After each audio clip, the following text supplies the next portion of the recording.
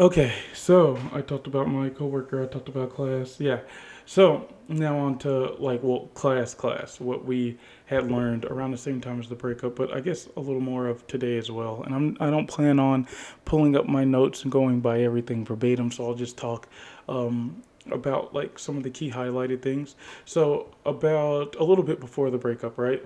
In class, we were actually learning about relationships and keeping them stable as well as breaking them up. This is what I mean by like this interpersonal communication was definitely different from what I like learned in the past because the first one didn't really deal with like dating. It dealt more so with how you talked with people around you, more so kind of like emotional maturity, I think is the term, uh, and carrying yourself publicly, blah blah blah. All right.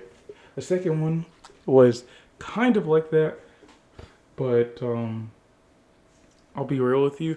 I don't even know what the second one was about in its entirety.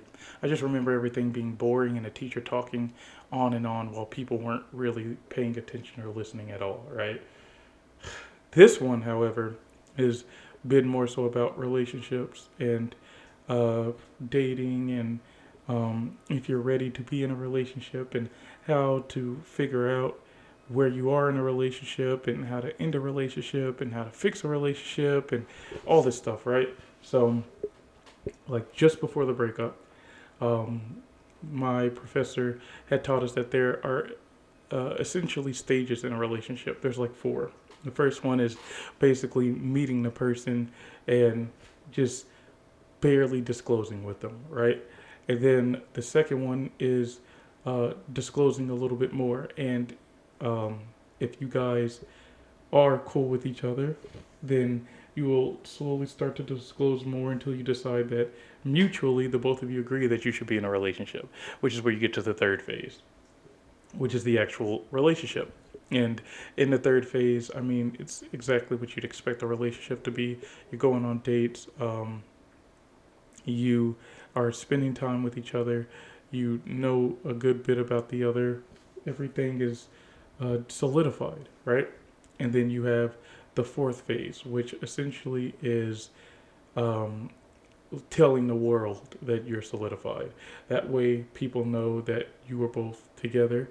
And this doesn't necessarily mean by like verbally, vocally expressing to the world that you're with somebody else. You can tell in a bunch of different ways, like sharing clothes or being seen together, posting each other on social media constantly, so on and so forth, so on and so forth. And that's that, right? Apparently, once you get to about the fourth part, which by then you're most likely wearing each other's clothes or have like some kind of promise ring or wedding ring, um, by then you should be comfortable enough to where you can introduce your partner to your friend group. So when your friends want to hang out, you can bring your partner with you and there will be no issues as far as that's concerned. Uh, then we talked about like the fall of a relationship, which essentially is the exact opposite of the list one through four. It basically goes four through one, where um, you don't in like the first or second phase, you're talking with your partner, you're talking a whole bunch, you're getting to really know each other. Really more so the second or third, because the first is like when you guys are first meeting, right? Well, in this reverse version of it all, in this reverse version of it all, it basically goes in backwards. So, for example, you will start having less and less to talk about. That will turn into you two distancing yourselves from each other. That distancing can turn into one of you, if not both of you, going to confide in a complete stranger. Once you start confiding in a complete stranger, you're basically split from your partner altogether. You might not be broken up, but you couldn't be more far apart.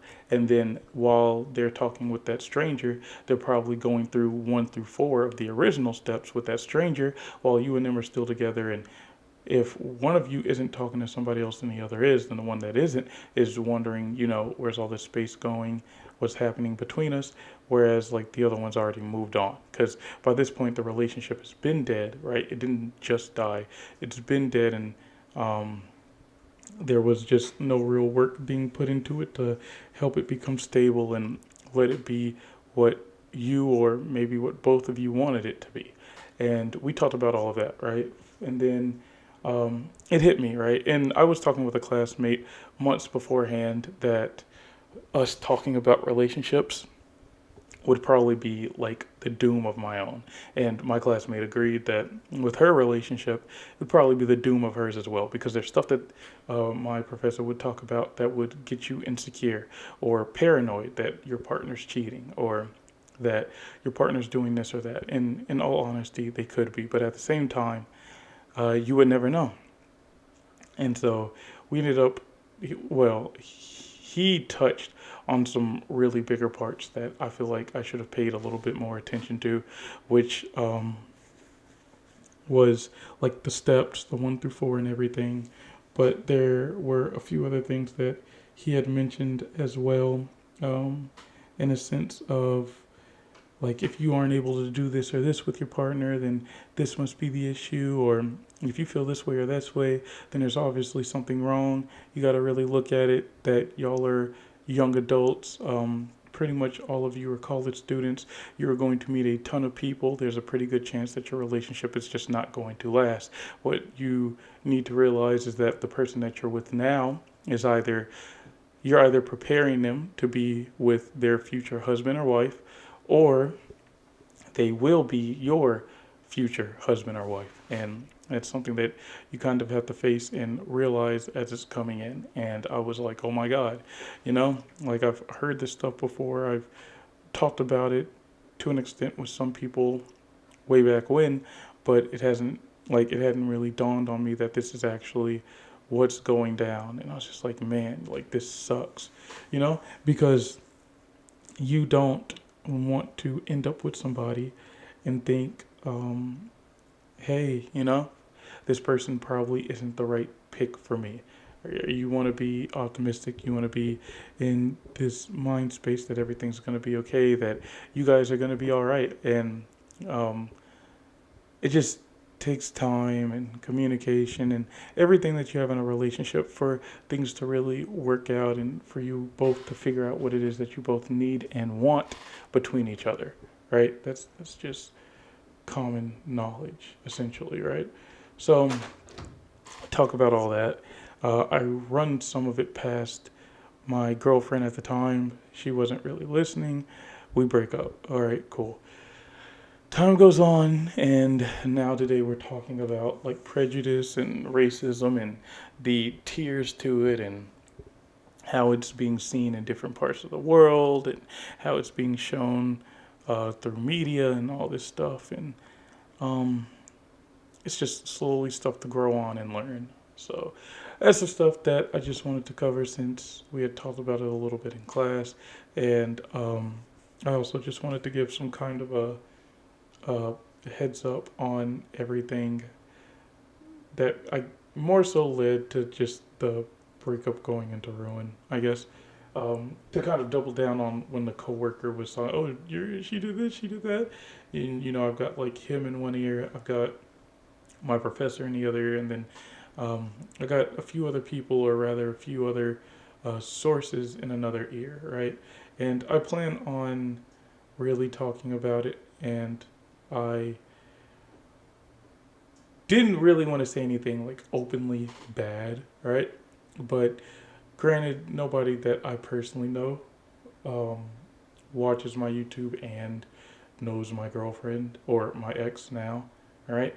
So I feel like it's okay to kind of just speak about some things that I felt were like red flags or that was really negative that could have been avoided, that could have been fixed, and just weren't being worked on and was overall being ignored. And so I think I can do that without um, openly like insulting or ruining, somebody's like reputation or something.